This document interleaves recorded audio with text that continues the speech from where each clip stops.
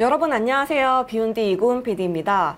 최신 의학 연구를 최고의 전문가에게 들어보는 시간. 오늘 아주 흥미로운 연구 결과를 소개해 드리려고 합니다. 아마 내 가족이나 지인분들 중에서 대장암을 경험하신 분들이 있다면 오늘 연구에 대해서 좀 더 관심을 갖고 지켜봐 주셔야 될 것 같은데요. 비만은 대장암을 일으키는 주요 원인으로 알려져 있는데요.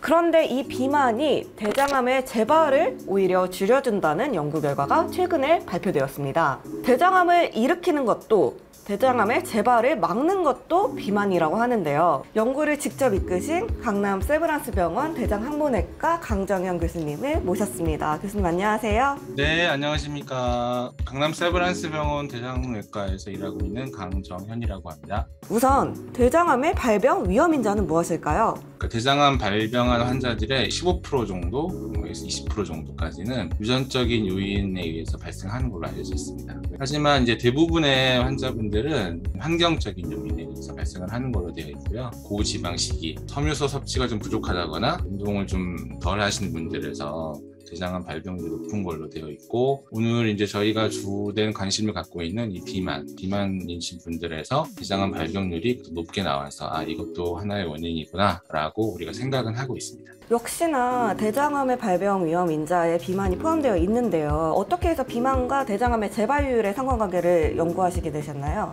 원래 이제 관심이 있었던 부분은 그 근육량에 따라서 대장암 환자에 있어서 예후나 이런 게 관련이 있다라는 그런 결과들이 또 있어서 연구를 좀 했었는데요. 복부 전산화 단층 촬영을 통해서 근육량만 측정이 가능한 게 아니고 내장 지방과 피하 지방의 전체 양을 또 측정이 가능하다라는 걸 저희가 알게 됐습니다. 그래서 지방에 대한 부분도 좀 관심을 갖게 됐고, 환자들의 지방의 양에 따른 어떤 그 의미 이런 거를 좀 연구를 하게 되었습니다. 연구는 어떻게 이루어졌나요? 총 몇 명의 환자가 들어가게 되었죠? 강남 세브란스 병원에서 그 2005년부터 2014년까지 대장암으로 수술을 받고 추적 관찰을 어느 정도 충분히 했던 환자를 대상으로 했습니다. 987명의 환자가 포함이 됐고요. 이 환자들은 모두 수술하기 전에 아까 말씀드린 복부 전산화 단층 촬영을 다 검사를 하셨고, 그 검사를 통해서 피하 지방과 내장 지방의 양을 저희가 측정이 가능했던 그런 환자를 포함을 시켰습니다. 결국에는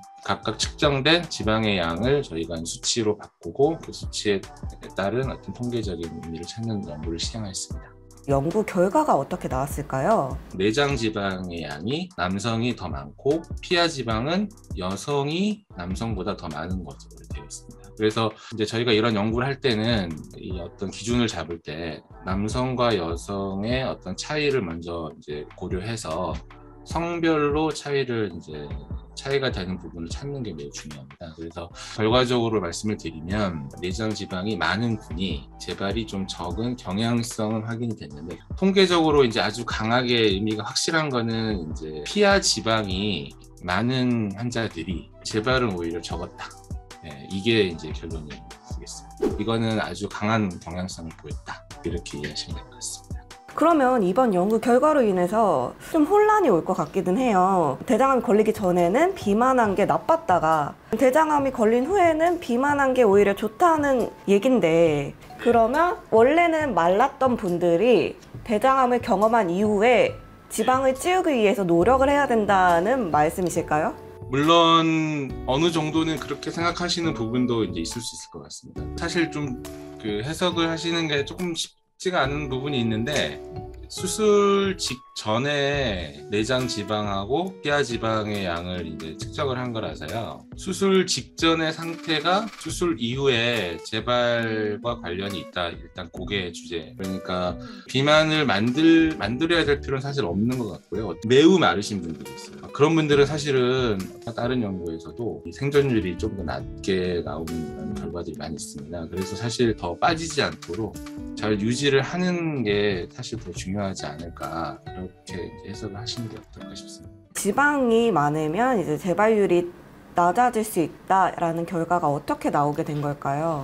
사실은 이제 저희가 이번에 했던 연구는 정확한 인과관계에 대한 연구는 사실은 못한 거라고 말씀을 드릴 수 있습니다. 하지만 이제 여러 가지 몇 가지 암을 같이 묶어놓은 연구, 이런 연구에서도 저희가 했던 결과랑 유사한 이런 결과들이 나와 있습니다. 개인적으로 제가 이제 환자들을 보다 보면 약간 좀 통통하신 분들이 치료 과정에서 조금 덜 힘들어 하시는 경향을 좀 제가 발견한 적이 있는 것 같습니다. 물론 이제 그 추가적인 연구가 분명히 필요하겠지만 그런 치료 과정에서 겪게 되는 어려움을 좀 잘 이겨낼 수 있는 힘이 이런 내장 지방이나 피하 지방이 많으신 분들이 좀 더 유리하지 않나, 그런 생각은 하고 있습니다.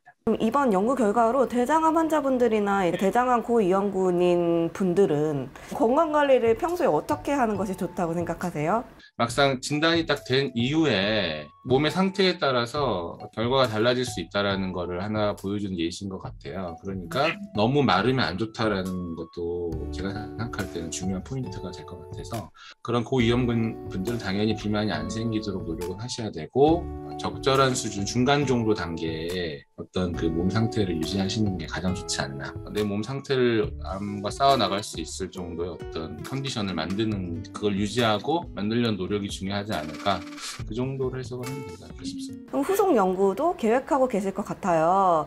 앞으로 어떤 연구가 이뤄질 예정인가요? 연관성을 찾는 그런 연구를 당연히 이제 계획을 하고 있습니다. 그리고 이제 또 하나는 우리 몸에 이제 뭐 간이라든지 이런 데도 지방 축적이 일어나고 있거든요. 그래서 이제 그런 축적이 어떤 영향을 주는지에 대한 이런 연구도 사실 좀 진행을 하고 있고요. 또 더 중요한 거는 이제 환자들한테 이렇게 진단이 됐을 때 어떤 식으로 우리가 좀 도와주면 나중에 결과를 좋게 할 수 있을지에 대한 그런 연구를 좀 이제 해보고 싶습니다.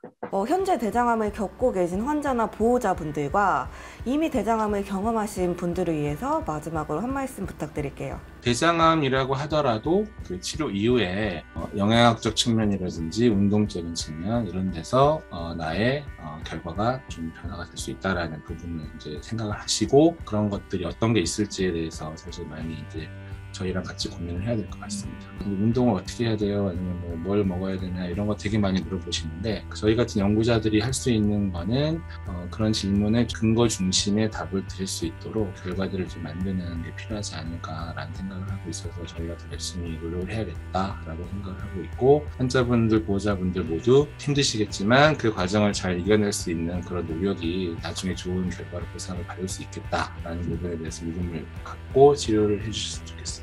네, 오늘 좋은 말씀 너무 감사드리고요. 네, 교수님 감사합니다. 네, 감사합니다.